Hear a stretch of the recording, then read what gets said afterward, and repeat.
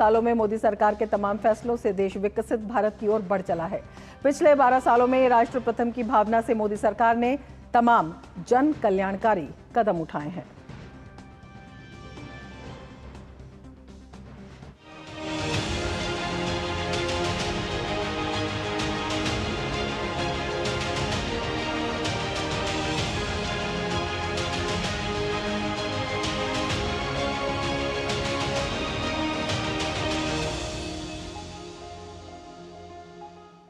इस मौके पर प्रधानमंत्री नरेंद्र मोदी ने एक्स पर पोस्ट किया है। उन्होंने अपने पोस्ट में लिखा है, हमारी सरकार के बीते 12 वर्ष विश्वास, विकास और जन कल्याण को समर्पित रहे। 140 करोड़ देशवासियों के आशीर्वाद और राष्ट्र प्रथम की भावना से हमने युवाओं, महिलाओं और अपने किसान भाई बहनों को सशक्त बनाने में कोई कोर कसर नहीं छोड़ी है। सभी के सशक्तिकरण के लिए प्रयास किए गए हैं। ये हमारे अथक प्रयासों का ही परिणाम है कि इंफ्रास्ट्रक्चर से लेकर डिजिटल क्रांति तक देश को दुनिया भर में एक नई पहचान मिली है। विकसित भारत के संकल्प को साकार करने के लिए हम सेवा, सुशासन और समृद्धि के इस पथ पर निरंतर आगे बढ़ते रहेंगे।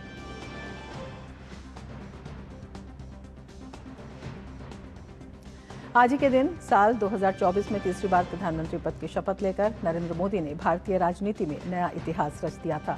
इस ऐतिहासिक उपलब्धि पर देश के पूर्व प्रधानमंत्री एच.डी. देवेगौड़ा ने एक विशेष लेख के माध्यम से पीएम मोदी के नेतृत्व की मुक्त कंठ से सराहना की है। देवेगौड़ा ने मोदी की सफलता का मूल मंत्र उनकी विचारशीलता और राष्ट्र हित के प्रति उनकी अडिग प्रतिबद्धता को बताया है। देवेगौड़ा ने 1952 और आज के भारत की तुलना करते हुए एक व्यापक परिप्रेक्ष्य रखा है। उन्होंने बताया कि नेहरू के दौर में कांग्रेस पार्टी का एकाधिकार था, जबकि आज का दौर अत्यंत प्रतिस्पर्धी है। देवेगौड़ा के अनुसार 1952 के आम चुनाव में महज 53 पार्टियां मैदान में थी, वहीं 2024 तक आते आते ये संख्या बढ़कर 2593 हो गई है। उन्होंने इस बात पर जोर दिया कि नेहरू के समय जहां 34 करोड़ की आबादी और 17 करोड़ मतदाता थे, आज भारत की जनसंख्या 140 करोड़ से अधिक हो गई है।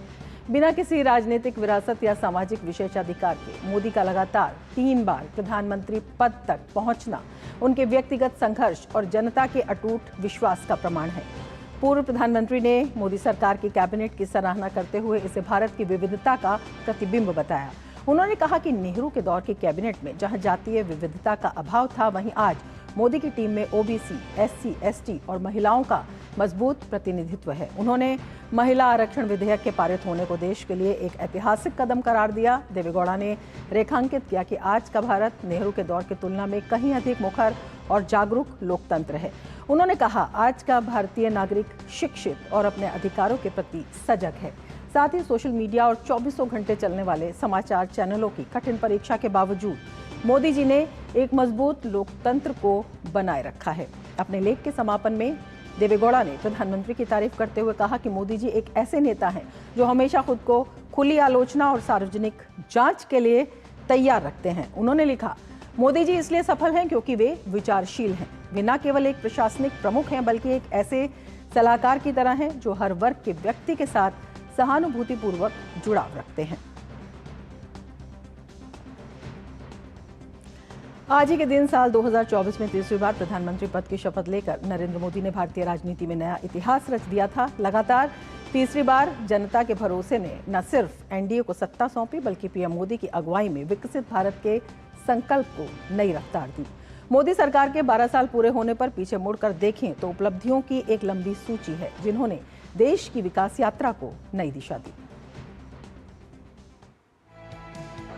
मैं नरेंद्र दामोदर दास मोदी ईश्वर की शपथ लेता हूं। राष्ट्र प्रथम के मंत्र के साथ मोदी सरकार का तीसरा कार्यकाल तेज फैसलों और तेज विकास की पहचान बन चुका है। देश के 26 शहरों तक मेट्रो नेटवर्क पहुंच चुका है। नई रेल लाइनों, एक्सप्रेसवे, हाईवे और बड़े पुलों के जरिए कनेक्टिविटी का विस्तार लगातार हो रहा है। जम्मू का चिनाब ब्रिज हो या फिर रामेश्वरम का पंबन ब्रिज, विश्व स्तरीय आधारभूत संरचना नए भारत की तस्वीर पेश करती है। सुरक्षा के मोर्चे पर सरकार का फोकस साफ नजर आता है। नक्सलवाद के खिलाफ निर्णायक कार्रवाई ने देश को नक्सल मुक्त बना दिया है। ऑपरेशन सिंदूर ने दुनिया को यह संदेश दिया कि नया भारत आतंक के खिलाफ सिर्फ प्रतिक्रिया नहीं देता, बल्कि जरूरत पड़ने पर निर्णायक जवाब भी देता है। मोदी सरकार की 12 वर्षों की यात्रा सामाजिक और आर्थिक बदलाव की उल्लेखनीय सफल कहानी है। 25 करोड़ से अधिक लोग गरीबी रेखा से बाहर आए हैं, जबकि 81 करोड़ लोगों को हर महीने मुफ्त अनाज उपलब्ध कराया जा रहा है। प्रधानमंत्री आवास योजना के तहत 4 करोड़ से ज्यादा परिवारों को पक्का मकान मिला है और जनधन योजना के जरिए 58 करोड़ से अधिक बैंक खाते खोले गए हैं। स्वच्छता और बुनियादी सुविधाओं के विस्तार में भी व्यापक बदलाव आया है। 12 करोड़ से अधिक शौचालय बने, 16 करोड़ घरों तक नल से जल पहुंचा और उज्ज्वला योजना के तहत 11 करोड़ से ज्यादा एलपीजी कनेक्शन दिए गए। आर्थिक सशक्तिकरण पर भी सरकार का जोर है। 57 करोड़ से अधिक लोगों को बिना गारंटी ऋण मिला है। पीएम स्वनिधि योजना के तहत 74 लाख रेहड़ी पटरी विक्रेताओं को मदद पहुंची है, जबकि अनुसूचित जाति और जनजाति के उद्यमियों को 15,000 करोड़ रुपए से अधिक का ऋण दिया गया है। कृषि क्षेत्र में पीएम किसान सम्मान निधि के जरिए किसानों के खातों में 4.3 लाख करोड़ रुपए से अधिक की राशि पहुंचाई गई है। सामाजिक सुरक्षा कवरेज 3 गुना हुआ है। रक्षा निर्यात रिकॉर्ड 38,400 करोड़ रुपए से ऊपर पहुंच चुका है। मध्यम वर्ग को राहत देते हुए आयकर छूट की सीमा बढ़ाकर 12,75,000 रुपए सालाना कर दी गई है। स्वास्थ्य क्षेत्र में आयुष्मान भारत दुनिया की सबसे बड़ी स्वास्थ्य सुरक्षा योजनाओं में शामिल है। इसके तहत 60 करोड़ लोगों को सालाना 5 लाख रुपए तक का मुफ्त स्वास्थ्य बीमा मिल रहा है और 70 वर्ष से अधिक आयु के सभी वरिष्ठ नागरिकों को भी इसके दायरे में लाया गया है।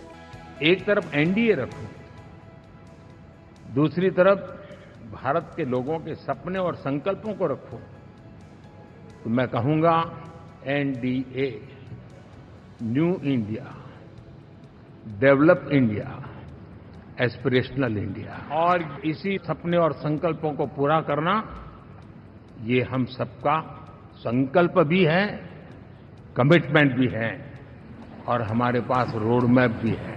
विकास भी और विरासत भी, इस मंत्र के साथ मोदी सरकार अब 2047 तक विकसित भारत के लक्ष्य को पूरा करने के लिए अपने तीसरे कार्यकाल में 3 गुनी रफ्तार से कदम उठा रही है। कल्याण, विकास, सुरक्षा और आत्मनिर्भरता के 4 पहियों की ये विकास यात्रा आने वाले वर्षों में और गति पकड़ेगी। शैलेंद्र मिश्र के साथ ब्यूरो रिपोर्ट, डीडी न्यूज। पिछले 12 सालों में देश की शिक्षा नीति में क्रांतिकारी बदलाव हुए हैं। 34 साल बाद 2020 में आई राष्ट्रीय शिक्षा नीति युवाओं को गुणवत्तापूर्ण शिक्षा मुहैया कराने में मददगार साबित हो रही है और इसी नीति ने प्री प्राइमरी से लेकर विश्वविद्यालय स्तर तक की शिक्षा में बड़े बदलावों का रास्ता साफ किया। 12 वर्षों में जहां भारत में उच्च शिक्षण संस्थानों की संख्या में करीब 35% की उल्लेखनीय वृद्धि देखने को मिली, तो वहीं वैश्विक रैंकिंग में भारतीय शिक्षण संस्थानों की संख्या में लगातार इजाफा हो रहा है।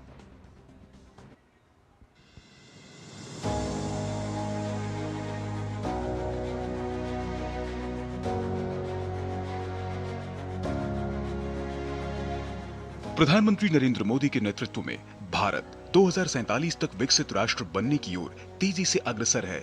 विकसित, आत्मनिर्भर और समृद्ध भारत के निर्माण में देश के युवाओं की बेहद अहम भूमिका होगी। युवाओं की आकांक्षाओं को पूरा करने, उनके सपनों को साकार करने और उन्हें सशक्त बनाने के लिए प्रधानमंत्री नरेंद्र मोदी के नेतृत्व में केंद्र सरकार पिछले 12 साल से लगातार काम कर रही है। 34 साल के लंबे अंतराल के बाद वर्ष 2020 में आई राष्ट्रीय शिक्षा नीति युवाओं को गुणवत्तापूर्ण शिक्षा मुहैया कराने में मददगार साबित हो रही है और इस नीति ने प्री प्राइमरी से लेकर विश्वविद्यालय स्तर तक की शिक्षा में बड़े बदलावों का रास्ता साफ किया है। ये नीति प्रधानमंत्री नरेंद्र मोदी के उस परिवर्तनकारी विजन को दर्शाती है जिसमें उन्होंने शिक्षा को भारत की विकास गाथा के केंद्र में रखा है। राष्ट्रीय शिक्षा नीति में स्कूली शिक्षा के साथ साथ उच्च शिक्षा और तकनीकी शिक्षा में कई सुधारों का प्रावधान किया गया है।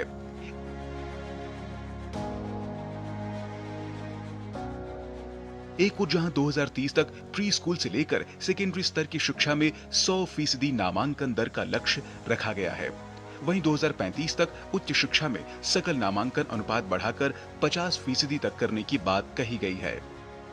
राष्ट्रीय शिक्षा नीति 2020 को लागू करने की दिशा में महत्वपूर्ण कदम उठाते हुए केंद्र सरकार ने 2022 में पीएम श्री योजना की शुरुआत की। केंद्र प्रायोजित इस योजना के तहत देश भर के 14,500 से अधिक स्कूलों को पीएम श्री यानी प्रधानमंत्री स्कूल्स फॉर राइजिंग इंडिया के तौर पर अपग्रेड किया जा रहा है। राष्ट्रीय शिक्षा नीति ने भारतीय उच्चतर शिक्षा के अंतर्राष्ट्रीयकरण और भारत में विदेशी विश्वविद्यालयों के कैंपस स्थापित करने का रास्ता साफ किया है। सरकार ने वैश्विक रैंकिंग में शीर्ष 500 में आने वाले संस्थानों को भारत में अपने कैंपस स्थापित करने की अनुमति दे दी है। इससे प्रतिभावान भारतीय छात्रों को देश में ही सस्ती और गुणवत्तापूर्ण उच्च शिक्षा हासिल हो सकेगी। राष्ट्रीय शिक्षा नीति की सिफारिशों के तहत विश्वविद्यालयों, कॉलेजों, शोध संस्थानों और प्रयोगशालाओं में शोध और नवाचार की संस्कृति को बढ़ावा देने के मकसद से अनुसंधान नेशनल रिसर्च फाउंडेशन ANRF की शुरुआत की गई है, जो 5 फरवरी 2024 को अस्तित्व में आया। एक रिसर्च कल्चर को निर्माण करने के लिए सिर्फ बड़े बड़े इंस्टीट्यूट को ही फंडिंग होने से नहीं चलता है, तो छोटे छोटे जगह में भी रिसर्च करने वाले लोग हैं, उनको भी साथ में लेने के लिए अनेक सुविधाएं निर्माण की गई है। वैसे ही RDI fund, research development innovation fund, industry को भी साथ लेके उनका भी रिसर्च हम देश के लिए विकसित भारत होने के लिए, उपयोगी होने के लिए वो भी क्रिएट किया गया है। और जो अनुसंधान नेशनल रिसर्च फाउंडेशन के एक माध्यम से हब एंड स्पोक मॉडल यानी कैपेसिटी बिल्डिंग हर इंस्टीट्यूट के जगह में होनी चाहिए, इसलिए बहुत बड़ा प्रयास हो रहा है। गत 12 वर्षों में भारत में उच्च शिक्षण संस्थानों की संख्या में करीब 35% की उल्लेखनीय वृद्धि देखने को मिली है। 2014 में जहां देश में 51,534 उच्च शिक्षण संस्थान थे, वहीं अब ये संख्या बढ़कर 70,000 से अधिक हो चुकी है। विश्वविद्यालयों की संख्या 2014 में 760 से बढ़कर 2025 में 1338 तक पहुंच चुकी है। इस दौरान केंद्रीय विश्वविद्यालयों की संख्या 40 से बढ़कर 48 हो गई है। 2014 में देश में भारतीय प्रौद्योगिकी संस्थानों यानी IIT की संख्या 16 थी, जो अब बढ़कर 23 हो गई है। IIM की संख्या 13 से बढ़कर 21 हो गई है, जबकि एम्स की संख्या 7 से बढ़कर 23 हो गई है। वैश्विक रैंकिंग में भारतीय शिक्षण संस्थानों की संख्या में लगातार इजाफा हो रहा है। 2026 की प्रतिष्ठित QS वर्ल्ड यूनिवर्सिटी रैंकिंग में 54 भारतीय संस्थान शामिल हैं, जबकि 2014 में ये संख्या महज 11 थी।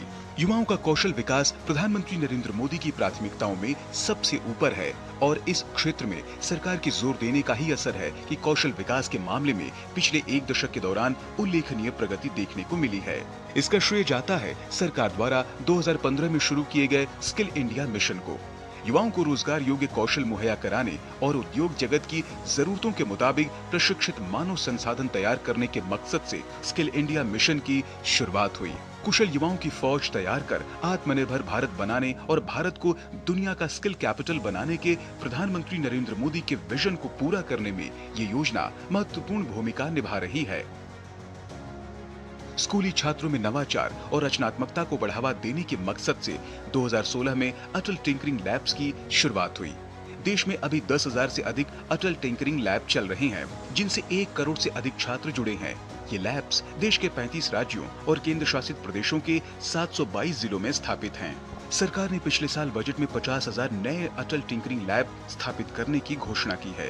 ये पहल भारत को एक वैश्विक नवाचार केंद्र बनाने और विकसित भारत 2047 के लक्ष्य को हासिल करने में मील का पत्थर साबित होगी।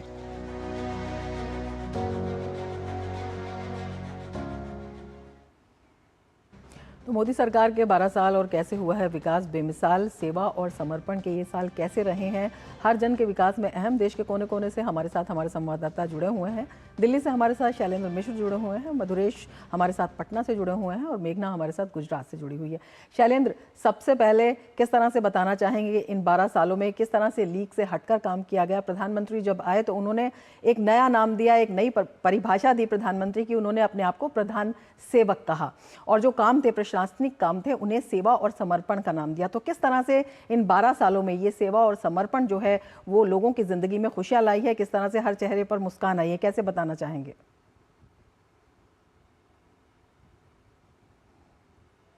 बदलाव प्रधानमंत्री नरेंद्र मोदी के 2014 में सत्ता संभालने के बाद गवर्नेंस में दिखाई देते हैं। गुड गवर्नेंस के मॉडल पर प्रधानमंत्री नरेंद्र मोदी के अगुवाई में केंद्र सरकार आगे बढ़ी और उसका सबसे बड़ा जो असर हुआ है वो किसी भी परियोजना में तय समय पर वो परियोजना पूरी होती है और बड़े बड़े प्रोजेक्ट तो तय समय से पहले पूरे होते हैं। तो यानी वो स्पीड जो एक तरह से इन बड़ी आर्थिक परियोजनाओं में देखनी चाहिए वो दिखाई देती है। इससे बहुत पैसा बचा है। जब हम परियोजनाओं में देरी नहीं होते देखते हैं तब उससे बड़ी संख्या में हम देख रहे हैं कि पैसे की बचत होती है बड़ी मात्रा में और देश के विकास की रफ्तार तेज होती है।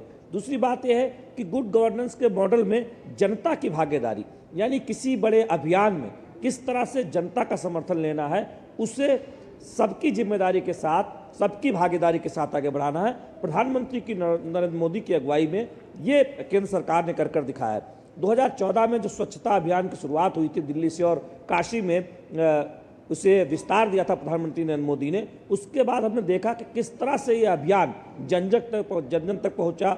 संस्था सभी, चाहे वो सरकारी संस्था हो या फिर सामाजिक संस्थाएं, उन्होंने बढ़ चढ़कर इसमें भागीदारी की और आज हम जानते हैं कि 12 करोड़ से अधिक शौचालय बन चुके हैं और स्वच्छता को लेकर जो अभियान है वो किस तरह से आगे बढ़ाया जब हमारी शहरों की स्वच्छता रैंकिंग होती है। और तीसरी और बहुत महत्वपूर्ण बात कि सरकार की नीतियों में जो पारदर्शिता चाहिए, सरकार की नीतियों में जो एक स्पष्टता चाहिए, एक दूरदृष्टि चाहिए, वो प्रधानमंत्री नरेंद्र मोदी की अगुवाई में झलकती है कि विकसित भारत का जो रोड मैप है किस तरह से उस पर आगे बढ़ना है, उसमें गांव, गरीब, किसान कल्याण को लेकर किस तरह से आगे बढ़ना है, कैसे हमें वंचित तबकों को आगे बढ़ाना है, कैसे जो आर्थिक तौर पर पीछे छूट गए हैं उनको सहारा देना है, कैसे हमें विकास के दौड़ में ये सुनिश्चित करना है कि हर कोई विकास का फायदा पाए। यानी 81 करोड़ लोगों को हम मुफ्त अनाज भी दे रहे हैं हर महीने, तो साथ ही साथ दुनिया का सबसे ऊंचा अगर ब्रिज देखें, चिनाब ब्रिज, तो वो अभी अब भारत में है।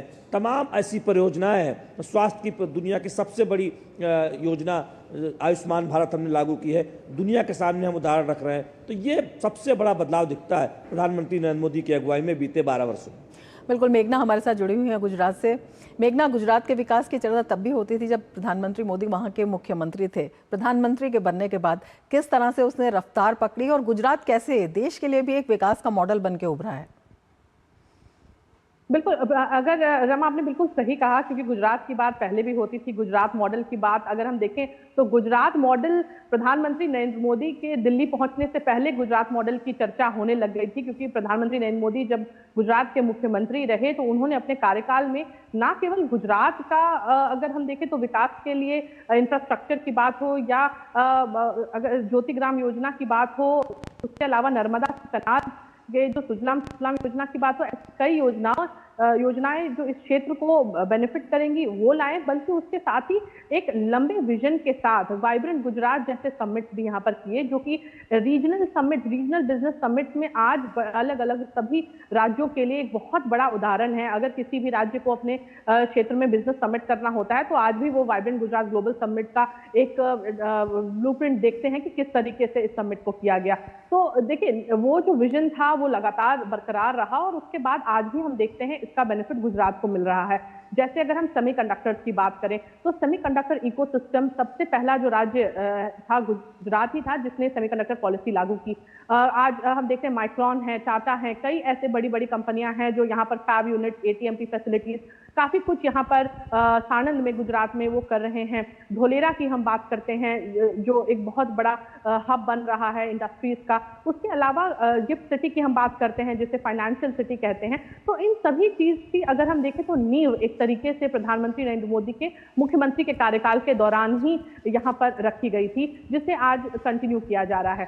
लेकिन उसके अलावा अगर हम देखें तो प्रधानमंत्री नरेंद्र मोदी का जो जर्नी रही है, प्रधानमंत्री बनने के बाद मात्र 5 साल में अगर हम देखें तो लगभग 79 पायदान ऊपर हो गया था ईज ऑफ डूइंग बिजनेस में हमारा देश। और आज की तारीख में स्टार्टअप की अगर हम बात करें तो 2 लाख से भी अधिक स्टार्टअप्स रिकॉग्नाइज्ड हैं, जो लगभग 23 लाख से भी ज्यादा जॉब प्रोवाइड कर रहे हैं और इनडायरेक्ट तो काफी सारा रोजगार प्रोवाइड कर रहे हैं। और खास तौर पर भारत के अगर बिजनेस की बात करें तो बिजनेस का एनवायरनमेंट जो है, डिजिटल गवर्नमेंट रेगुलेटरी सिंप्लीफिकेशन और उसके साथ ही जो एक ट्रस्ट होता है एडमिनिस्ट्रेशन में, उसके कारण वो बहुत आसान हुआ है। और उसके साथ ही अगर हम देखें तो बिजनेस में आने के लिए जो सिस्टम्स हुआ करते थे वो उनको फास्ट किया गया, उनको पेपरलेस किया गया, उनका डिजिटाइजेशन हुआ, जिसके कारण ज्यादा से ज्यादा एमएसएमई, ज्यादा से ज्यादा स्टार्टअप इनकॉर्पोरेट हो पाए इस पूरे इकोसिस्टम में। और उसके साथ ही अगर हम देखें तो क्रेडिट एक्सेस की बात करें, सिंप्लीफाइड टैक्स सिस्टम्स की बात करें, डिजिटल पब्लिक इंफ्रास्ट्रक्चर की बात करें, तो इन सभी चीजों को दुरुस्त करने से जो बिल्कुल एक नई रफ्तार जो है वो दिखाई देती है। हमारे साथ मधुरेश जुड़े हुए हैं पटना से। मधुरेश, आपसे समझना चाहेंगे क्या कुछ बदलाव आप वहां पर देखते हैं, राजनीतिक रूप से, सामाजिक रूप से, सांस्कृतिक रूप से?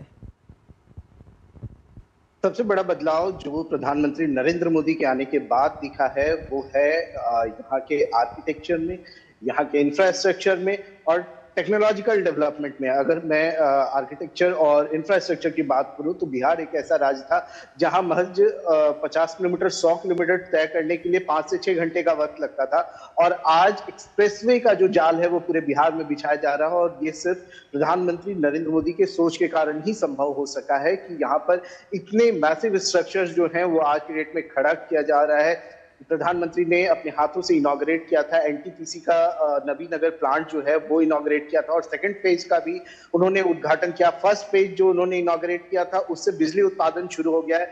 और स्थिति ये है कि पिछले 12 सालों में जहां पहले हमारे पास में दिन में 4 घंटे 5 घंटे बिजली रहती थी, आज के डेट में 24 घंटे the remotest village of Bihar में बिजली पहुंच रही है। और ये बिहार की सबसे बड़ी उपलब्धि है प्रधानमंत्री नरेंद्र मोदी के नेतृत्व में। इसके अलावा अगर बात हम करें तो जिस तरीके से डीबीटी के जरिए चाहे किसान सम्मान निधि का पैसा हो या फिर पीएम आवास योजना का लाभ हो या फिर उज्ज्वला योजना का लाभ हो या फिर आयुष्मान भारत का लाभ हो, वो जो आम लोगों को पहुंचा है, ये निश्चित रूप से एक जो अपलिफ्टमेंट ऑफ लाइफ जिसको कह सकते हैं वो संभव हो सका है। ये प्रधानमंत्री नरेंद्र मोदी के नेतृत्व में बिहार में संभव हो सका है। बिहार एक ऐसा राज्य था जहां से जिसको लेबर इंटेंसिव राज्य कहा जाता था, जहां से लेबर जो है वो एक्सपोर्ट किए जाते थे। आज बिहार की छवि बदली है। आज बिहार अपने बीमारू राज्य की छवि से बाहर निकल चुका है और बिहार में 50,000 करोड़ रुपए से ज्यादा का इन्वेस्टमेंट हो रहा है। और बिल्कुल एक नई तस्वीर जो है, एक नई तस्वीर बिहार की भी दिखाई दे रही है। विकास हमारे साथ लखनऊ से जुड़ गए हैं। विकास, आपसे समझना चाहेंगे राम मंदिर से लेकर डिफेंस कॉरिडोर तक किस तरह से यहाँ की तस्वीर भी बदली है, किस तरह से वहां पर भी विकास को लांछे ले रहा है? जी बिल्कुल, हम ये कहें कि अगर 12 साल बाद कोई उत्तर प्रदेश में आया होगा तो वो अब पहचान भी नहीं सकता कि क्या वो उसी उत्तर प्रदेश में है जहां पर हजारों गांव में लाखों कनेक्शन दिए गए। ऐसे ऐसे गांव थे जहां पर बिजली ही नहीं थी, गांव को रोशन किया गया, इंफ्रास्ट्रक्चर में बड़ा बदलाव किया गया। एक्सप्रेसवे प्रदेश कहलाता है उत्तर प्रदेश, जहां पर देश में सबसे ज़्यादा एक्सप्रेसवे उत्तर प्रदेश में है। यहाँ की तस्वीर बदल गई, यहाँ का सामाजिक ढांचा बदल गया, यहाँ पर राजनीति बदल गई। 2014 में जब पीएम मोदी आते हैं तो इसी उत्तर प्रदेश ने एनडीए को 73 सीटें दी थी और उसी जगह से बदलाव की शुरुआत हुई थी, लोगों के जीवन में बदलाव की शुरुआत हुई थी। अगर हम बात करें नारी सशक्तिकरण की तो उसमें तो बहुत बड़ा काम शुरुआत से ही हो गया था। महिलाओं के लिए शौचालय की से हम शुरुआत करते हैं, उनके स्वावलंबन की बात करते हैं, उनके सशक्तिकरण की बात करते हैं, साथ साथ सुरक्षा की बात करते हैं। जिस तरीके से जो बदलाव आए उत्तर प्रदेश में इंडस्ट्रीज को लेकर, आज उत्तर प्रदेश की एक अलग पहचान है।